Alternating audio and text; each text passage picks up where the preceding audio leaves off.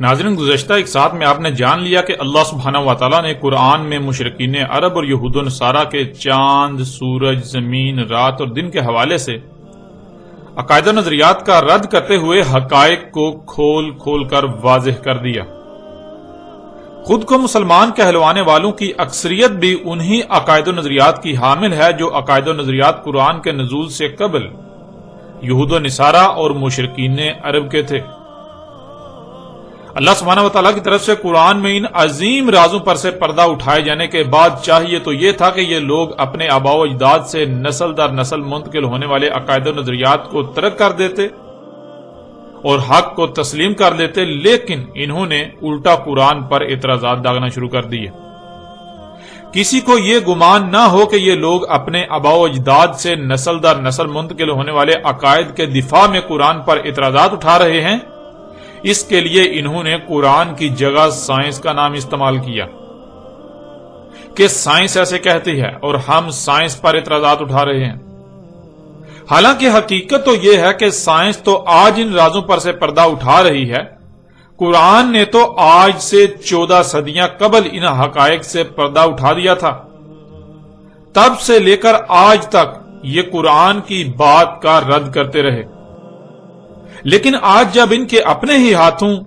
Science کے نام پر انہی حقائق کو ان کے بالکل سامنے لا رکھا گیا تو رد آج بھی یہ قرآن ہی کا کر رہے ہیں، نہ کہ سائنس کا۔ اعتراضات یہ آج بھی قرآن پر ہی اٹھا رہے ہیں، سائنس تو محض آج ایک بہانہ ان کے ہاتھ آ گیا۔ اب ان کی بدبختی یہ ہے کہ اللہ سبحانہ و تعالیٰ کو پہلے ہی علم تھا کہ یہ لوگ اپنی آنکھوں سے دیکھ لینے کے باوجود بھی آپس کی ضد، حسد، بغض اور دشمنی کی وجہ سے اختلاف ہی کریں گے، اعتراضات ہی اٹھائیں گے، تو اللہ سبحانہ و تعالیٰ نے ان کے اٹھائے جانے والے اعتراضات کے پہلے ہی قرآن میں جوابات بھی دے دیے تھے۔ تو ناظرین، اب بات کریں گے ان کی طرف سے اٹھائے جانے والے اعتراضات اور اللہ سبحانہ و تعالیٰ کی طرف سے قرآن میں ان کے اعتراضات کے جوابات پر۔ آتے ہیں ان کے اعتراضات کی طرف۔ ان کا کہنا ہے کہ اگر زمین گیند کی طرح گول ہے تو اس پر ہر شے ٹھہرے کیوں ہوئی ہے؟ اشیاء کو تو سرک سرک کر نیچے گرنا چاہیے، کوئی شے نہیں ہل رہی، اس کا مطلب ہے کہ زمین گول نہیں بلکہ چپٹی ہے۔ پھر ان کا دوسرا اعتراض یہ ہے کہ زمین اگر اپنے ہی محور پر گھوم رہی ہے اور سورج، چاند سمیت تمام کے تمام ستاروں سیاروں کے ساتھ اپنے مدار میں انتہائی تیزی سے سفر کر رہی ہے، انتہائی تیز رفتاری سے سفر کرتے ہوئے آگے اپنی اجل مسمى کی طرف بڑھ رہی ہے، تو کوئی شے ہلتی کیوں نہیں؟ کسی شے کا نہ ہلنا یہ ثابت کرتا ہے کہ زمین حرکت نہیں کر رہی بلکہ زمین ساکت ہے۔ پھر ان کا تیسرا اعتراض یہ ہے کہ اگر زمین گول ہے اور اپنے ہی محور پر گھوم رہی ہے، حرکت کر رہی ہے، تو پھر مثال کے طور پر آپ نے اگر جاپان جانا ہے تو جاپان جانے کے لیے آپ کو جہاز کو اڑا کر آگے لے جانے کی ضرورت نہیں ہے، بلکہ جہاز کو تھوڑا اوپر ہوا میں بلند کریں، کچھ ہی دیر میں زمین گھوم کر جاپان آ جائے تو جہاز کو نیچے اتار لیں۔ اور اگر ایسا نہیں ہوتا تو اس کا مطلب یہ ہے کہ زمین حرکت نہیں کر رہی بلکہ زمین ساکت ہے۔ زمین ساکت ہے، اسی وجہ سے تو اگر آپ جہاز ہوا میں بلند کرتے ہیں تو وہ واپس نیچے وہیں پر اترے گا جہاں سے اوپر کیا تھا، اوپر ہوا میں اٹھایا تھا۔ پھر چوتھا اعتراض کہ جب جہاز اڑتا ہے اور 40,000 فٹ کی بلندی پر جا کر سفر کرتا ہے اور پھر بالکل سیدھے سفر کرتا ہے ناک کی سیدھ پر، تو زمین اگر گول ہوتی تو جیسے جیسے جہاز آگے بڑھے تو جہاز کا زمین سے فاصلہ بڑھتے جانا چاہیے، یوں جہاز کو خلا میں چلے جانا چاہیے، لیکن جہاز مسلسل 10-12 گھنٹے پرواز کرتا ہے، اس کے باوجود جہاز 40,000 فٹ کی بلندی پر ہی رہتا ہے، ایسے جیسے کہ کوئی سپاٹ شے پر سفر کر رہا ہے۔ اور ایسا اس لیے ہو سکتا ہے کیونکہ زمین گول نہیں بلکہ چپٹی ہے، سپاٹ ہے۔ ناظرین، کے مزید اعتراضات بھی ہیں، لیکن ہم ان 4 اعتراضات کو پہلے آپ کے سامنے رکھیں گے، ان چاروں اعتراضات کے جوابات کو آپ کے سامنے رکھیں گے، اس کے بعد اگلے اعتراضات پر بات کریں گے۔ اس وقت آپ کو سکرین پر آیات نظر آ رہی ہیں، ان میں لفظ استعمال ہوا ہے مہدن، ماہدون، مہاد، اور ناظرین مہد کے معنی ہے اپنی طرف کھینچے رکھنا، اپنی طرف سمیٹے رکھنا۔ سورہ طٰہٰ کی آیت نمبر 53 اور سورہ زخرف کی آیت نمبر 10 میں اللہ سبحانہ وتعالی نے کہا الذی جعل لکم الارض مہدا، اسی ذات نے کر دیا تمہارے لیے ارض کو اپنی طرف کھینچے رکھنے والی، اپنی طرف سمیٹ کر رکھنے والی۔ پھر اس طرح اگلی آیت سورہ زاریات کی آیت نمبر 48 والارض فرشناها فنعم الماہدون، اور ارض تھی فرش بنا دیا یعنی رہنے کے قابل بنا دیا، پس کیا ہی زبردست ہر شے کو اپنی طرف کھینچ کر رکھنے والی، سمیٹ کر رکھنے والی۔ پھر اسی طرح اللہ سبحانہ وتعالی نے سورہ نبا کی آیت نمبر 6 میں کہا الم نجعل الارض مہادا، کیا ہم نے نہیں کر دیا ارض کو ایسا کہ ہر شے کو اپنی طرف کھینچے رکھنے والی، اپنی طرف سمیٹے رکھنے والی۔ ناظرین ان آیات میں اللہ سبحانہ وتعالی نے بہت ہی صراحت کے ساتھ ان کے چاروں اعتراضات کے جوابات دے دیے۔ آپ گزشتہ ایک ساتھ میں یہ بات جان چکے ہیں کہ اللہ سبحانہ وتعالی نے مختلف پہلوؤں سے پھیر پھیر کر یہ بات واضح کر دی کہ زمین گیند کی طرح گول ہے، اور گیند کی طرح گول ہونے کے باوجود سپاٹ خصوصیات کی حامل ہے، جیسا کہ آپ سورہ نوح کی آیت نمبر 19 میں دیکھ رہے ہیں واللہ جعل لکم الارض بساطا، اور اللہ ہے کر دیا تمہارے لیے زمین کو بساط، یعنی زمین گیند کی طرح گول ہونے کے باوجود تمہارے لیے ایسی بنا دی کہ تمہیں رائی برابر بھی اس بات کا احساس نہ ہو کہ زمین گیند کی طرح گول ہے، بلکہ تمہیں ہر لحاظ سے ایسی نظر آتی ہے اور ایسا احساس ہوتا ہے کہ وہ چپٹی ہے۔ تم کسی گیند نما گول شے پر یعنی گولے پر نہیں رہ رہے جس سے تمہیں یہ خوف ہو کہ آگے جانے سے کہیں تم سرک کر زمین سے نیچے گر جاؤ گے، بلکہ تمہیں ایسا لگتا ہے کہ تم بالکل سپاٹ شے پر رہ رہے ہو، یوں تمہیں نیچے گرنے کا بالکل بھی کوئی خوف نہیں۔ ناظرین کا پہلا اعتراض یہ تھا کہ اگر زمین گیند کی طرح گول ہے تو اس پر ہر شے ٹھہرے کیوں ہوئی ہے؟ اشیاء کو تو سرک سرک کر نیچے گرنا چاہیے تھا، لیکن جب کوئی بھی شے ہل نہیں رہی، سرک کر نیچے نہیں گر رہی، تو اس کا مطلب ہے کہ زمین گول نہیں بلکہ چپٹی ہے، کیونکہ چپٹی شے پر کوئی بھی شے سرکتی نہیں، ادھر ادھر ہلتی نہیں۔ تو ناظرین ان کے اس اعتراض کا اللہ سبحانہ وتعالی نے پہلے ہی قرآن میں جواب رکھ دیا تھا۔ اللہ سبحانہ وتعالی نے ان آیات میں کہا کہ ہم نے زمین کو مہاد بنایا، ہر شے کو اپنی طرف کھینچے رکھنے والی، ہر شے کو اپنی طرف سمیٹ کر رکھنے والی۔ اور اللہ سبحانہ وتعالی نے یہاں تک کہہ دیا کہ کیا ہم نے زمین کو ایسا نہیں بنایا، یعنی کیا ہم نے زمین کو ہر شے کو اپنی طرف کھینچ کر رکھنے والی نہیں بنایا؟ آج تم خود اپنی آنکھوں سے دیکھ چکے ہو، جسے تم زمین کی مقناطیسی قوت کا نام دیتے ہو، جس کی وجہ سے زمین پر ہر شے اس کی طرف کھینچی ہوئی ہے، تو کیا ہم نے زمین کو ایسا نہیں بنایا؟ یعنی آج تو تم اپنی آنکھوں سے دیکھ رہے ہو، آج تم اپنی آنکھوں سے یہ سب دیکھ چکے ہو۔ اب ناظرین جب زمین ہر شے کو اپنی طرف کھینچے ہوئے ہے، سمیٹے ہوئے ہے، تو پھر غور کریں یہ کیسے ممکن ہے کہ زمین پر کوئی شے سرک کر نیچے گرے؟ یعنی آپ کے پاس مقناطیس کا ایک بڑا ٹکڑا ہو اور اس کے ارد گرد لوہے کے چھوٹے چھوٹے ذرات ہوں جنہیں وہ اپنی طرف کھینچے رکھے، اپنی طرف سمیٹے رکھے، تو کیا پھر لوہے کے ذرات ادھر ادھر سرکیں گے؟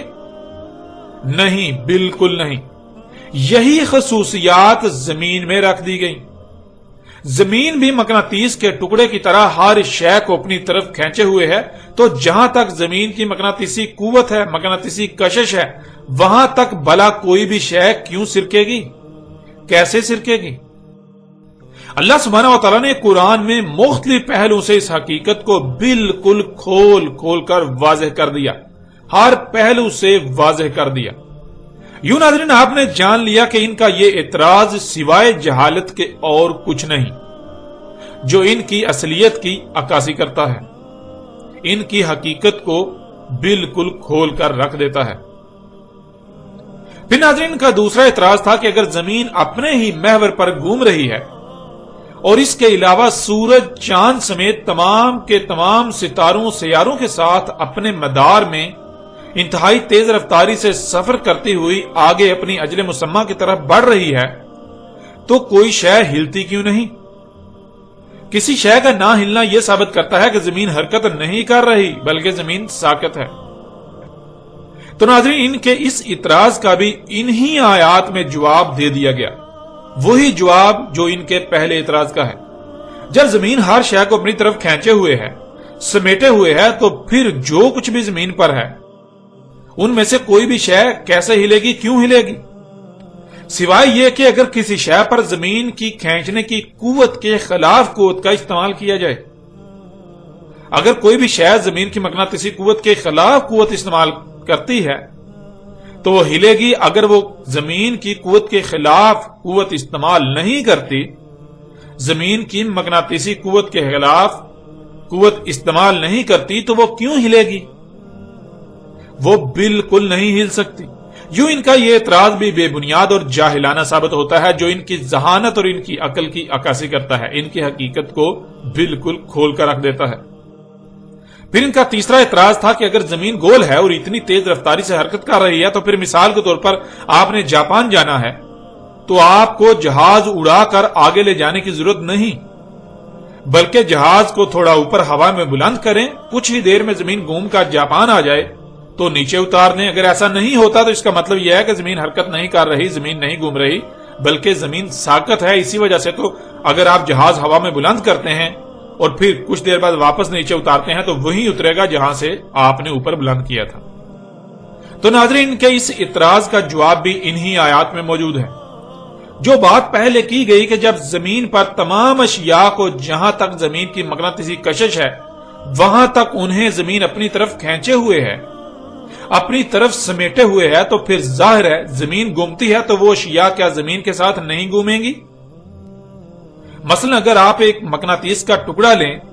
اور اس کے ارد گرد لوہے کے ذرات بکھیر دیں، ان ذرات اور مقناطیس کے ٹکڑے کے درمیان کوئی رکاوٹ حائل کر دیں جس سے وہ ذرات مقناطیس کے ساتھ چپک نہ پائیں۔ اب مقناطیس ان ٹکڑوں کو اپنی طرف کھینچے رکھے گا، لیکن رکاوٹ کی وجہ سے مقناطیس اور ان ذرات کے درمیان فاصلہ ہوگا۔ اب اگر آپ مقناطیس گھماتے ہیں تو اس کے ساتھ وہ ذرات بھی گھومیں گے، کیونکہ مقناطیسی کشش ان کو اپنی طرف کھینچے ہوئے ہے، اپنی طرف سمیٹے ہوئے ہے۔ بالکل اسی طرح جب جہاز ہوا میں بلند ہوتا ہے تو کیا وہ زمین کی مقناطیسی کشش کی حد سے باہر نکل جاتا ہے یا اس کے اندر رہتا ہے؟ اگر وہ زمین کی مقناطیسی کشش کی حد کے اندر رہتا ہے تو پھر وہ 1 ملی میٹر یا اس سے بھی کم ادھر ادھر نہیں ہو سکتا،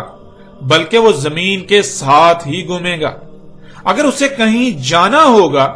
تو اسے زمین کی مقناطیسی قوت کے خلاف قوت کا استعمال کرنا ہوگا۔ جتنی قوت وہ استعمال کرے گا اتنی اس کی رفتار بڑھے گی، وہ اتنا ہی آگے بڑھے گا۔ اور ناظرین، اگر جہاز زمین کی مقناطیسی کشش کی حد سے باہر نکل جاتا ہے تو وہ زمین کی مقناطیسی کشش اس کی قوت سے آزاد ہو جائے گا، پھر وہاں سے زمین گھومتی ہوئی نظر آئے گی،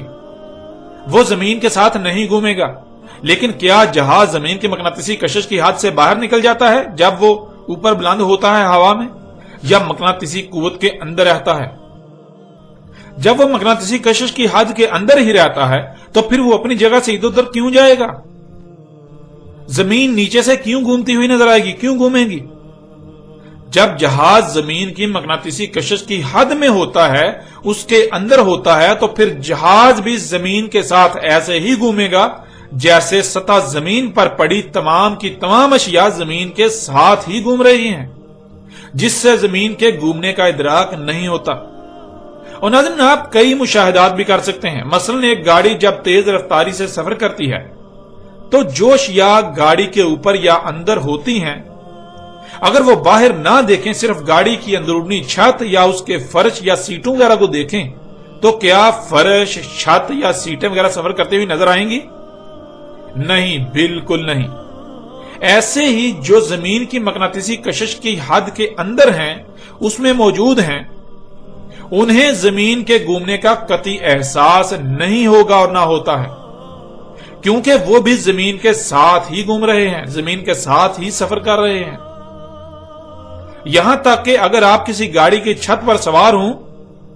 جو 100 کلومیٹر یا اس سے بھی زائد رفتار سے چل رہی ہو، تو اگر آپ بالکل سیدھا اوپر آسمان کی طرف کوئی شے پھینکیں، اسے واپس آنے میں، یعنی اوپر جانے اور واپس آنے میں کئی سیکنڈ لگیں گے، کچھ وقت لگے گا۔ اب ہونا تو یہ چاہیے کہ گاڑی چل رہی ہے، جتنی دیر میں شے اوپر گئی اور نیچے آئی تو اتنی دیر میں گاڑی کو بہت آگے چلے جانا چاہیے، لیکن ایسا نہیں ہوگا، بلکہ شے واپس گاڑی کے اوپر ہی عین اسی مقام پر آ کر گرے گی جہاں سے آپ نے اسے پھینکا تھا۔ یعنی ایسا نہیں ہوگا کہ آپ نے شے اوپر پھینکی تو اس کے اوپر جانے اور واپس نیچے آنے تک جو ٹائم لگے گا اتنے وقت میں گاڑی آگے نکل جائے گی اور شے پھر واپس پیچھے زمین پر گرے۔ نہیں، ایسا اس لیے نہیں ہوگا کہ جب آپ نے شے اوپر پھینکی تو آپ نے تو صرف اوپر پھینکنے کی قوت استعمال کی، مگر آپ ذرا غور کریں کہ آپ ایک گاڑی پر سوار ہیں اور گاڑی ایک رفتار سے چل رہی ہے، یعنی آگے کو قوت استعمال کر رہی ہے۔ تو جب آپ شے اوپر پھینکیں گے تو خود بخود گاڑی جو آگے کو قوت استعمال کر رہی ہے وہ قوت بھی شے کو اوپر پھینکنے پر استعمال ہوگی۔ یوں نہ صرف وہ شے اوپر کو سفر کرے گی، اوپر کو جائے گی، بلکہ وہ جس رفتار سے گاڑی آگے چل رہی ہے اسی رفتار سے آگے بھی سفر کرے گی۔ یوں وہ واپس وہیں آئے گی جہاں گاڑی ہوگی۔ اور ایسا اس لیے ہوتا ہے کیونکہ زمین ہر شے کو اپنی طرف کھینچے ہوئے، اپنی طرف سمیٹے ہوئے ہے۔ کوئی شے آگے پیچھے یا اوپر تب ہی جائے گی جب وہ زمین کی مقناطیسی قوت کے خلاف قوت استعمال کرے گی۔ یوں ناظرین، ان کا یہ اعتراض بھی انتہائی جاہلانہ اور بے بنیاد ثابت ہو جاتا ہے، جو کہ ان کی عقل و ذہانت کی عکاسی کرتا ہے، ان کی دماغی حالت کی بالکل کھول کھول کر عکاسی کرتا ہے۔ اب آتے ہیں ان کے چوتھے اعتراض کی طرف۔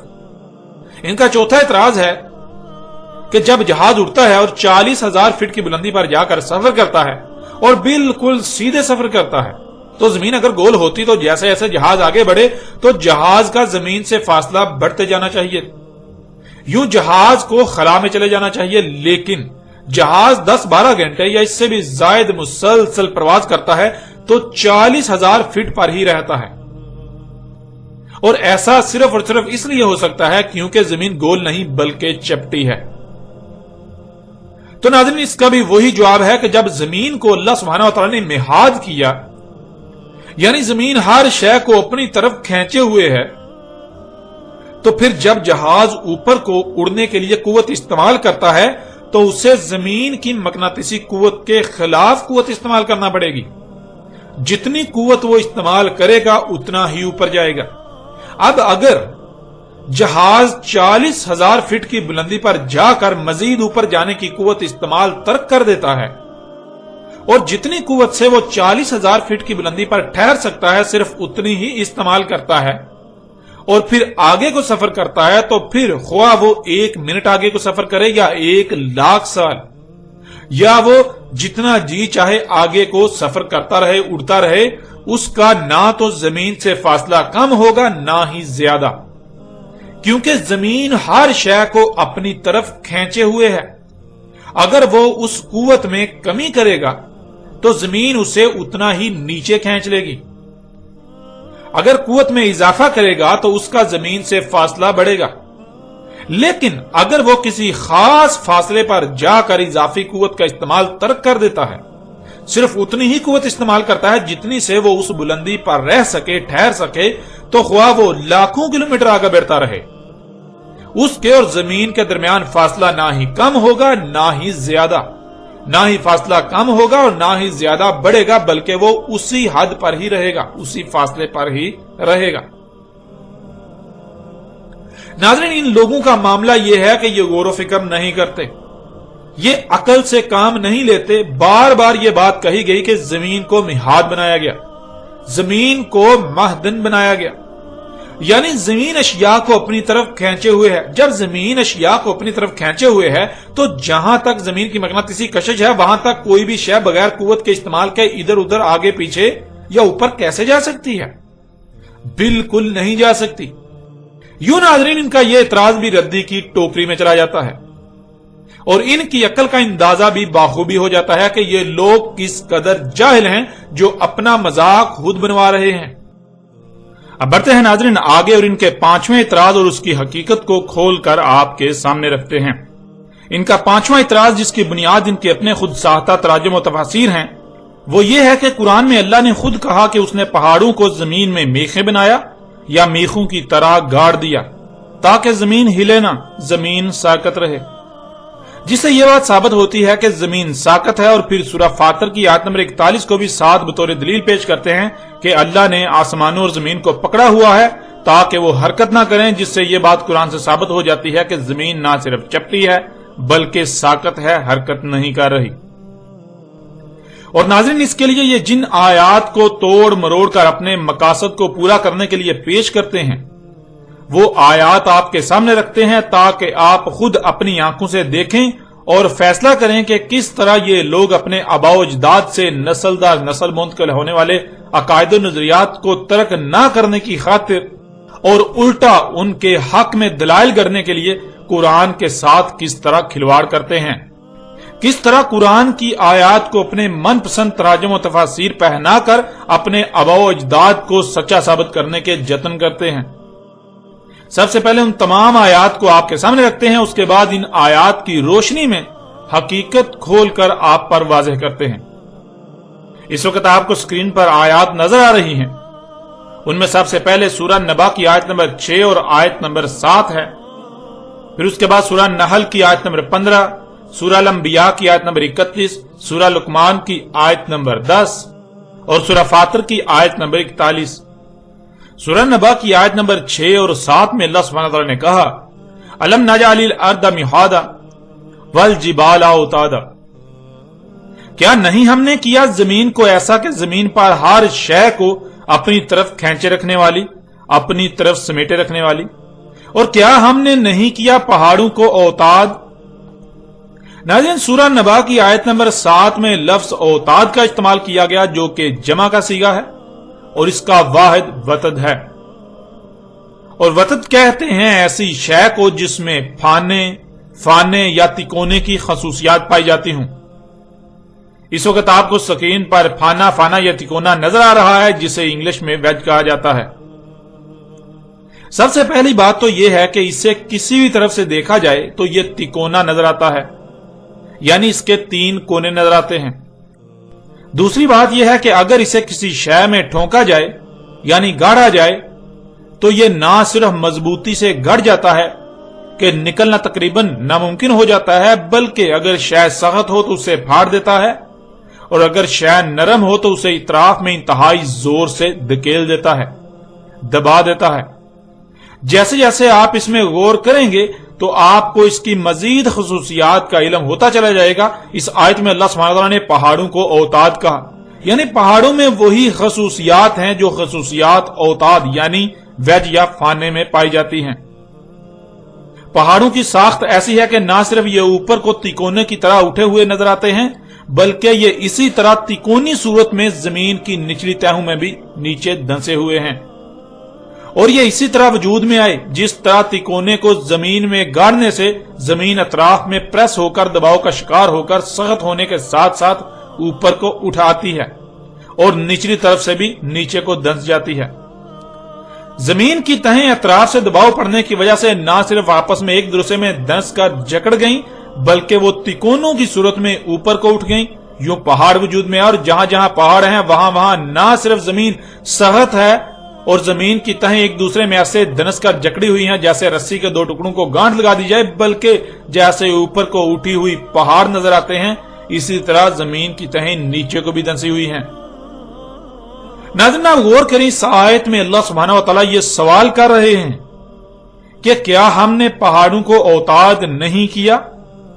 تو اب سوال یہ پیدا ہوتا ہے کہ آخر اللہ سبحانہ وتعالی ایسا کیوں کہہ رہے ہیں؟ ایسا کن کو کہا جائے گا؟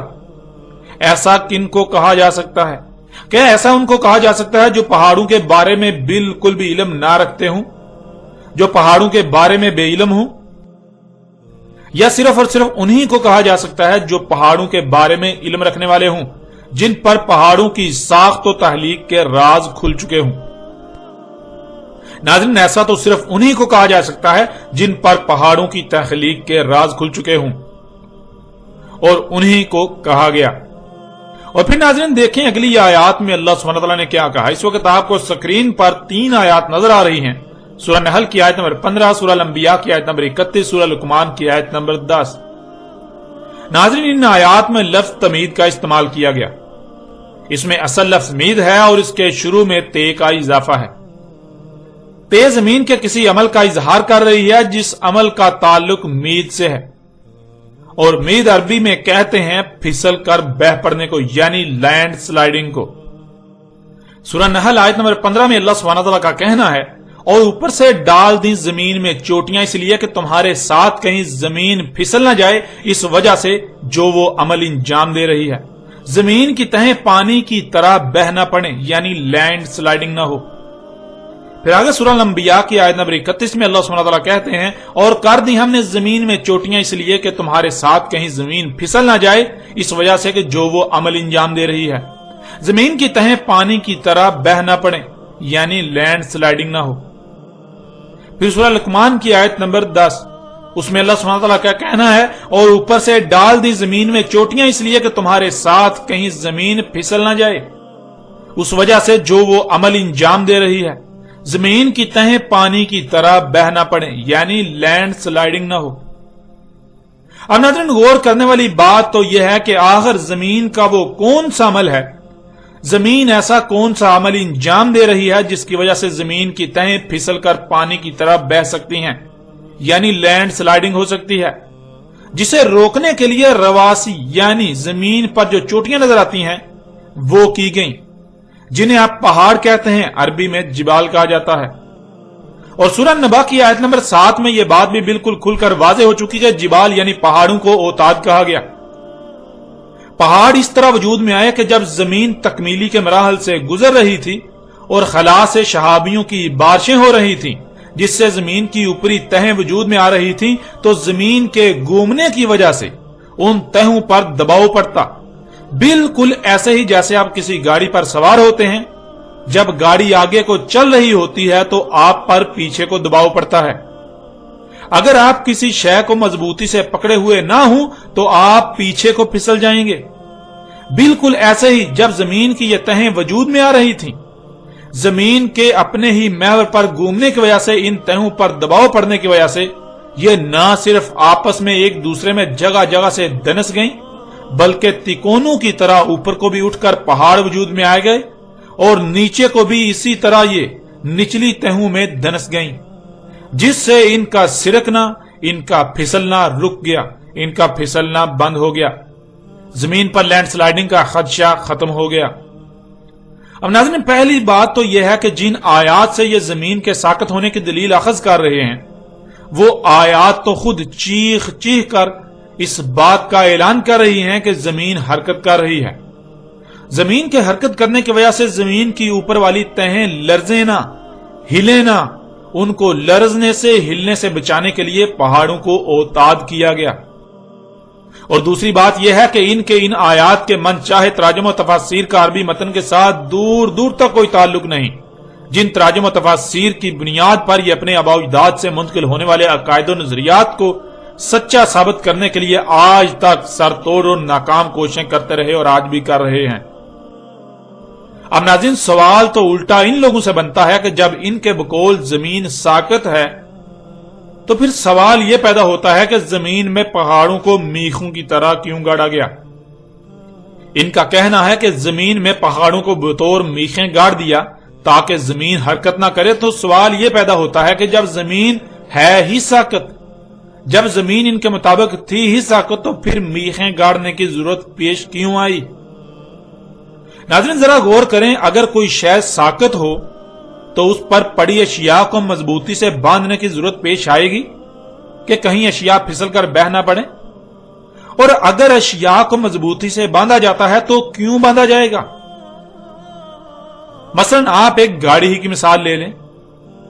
اگر گاڑی ایک جگہ پر ساکت کھڑی رہے اور اس پر سامان لادا ہوا ہو تو کیا سامان باندھنے کی ضرورت پیش آئے گی؟ اور اگر سامان کو مضبوطی سے باندھا جاتا ہے تو آخر کیوں باندھا جائے گا؟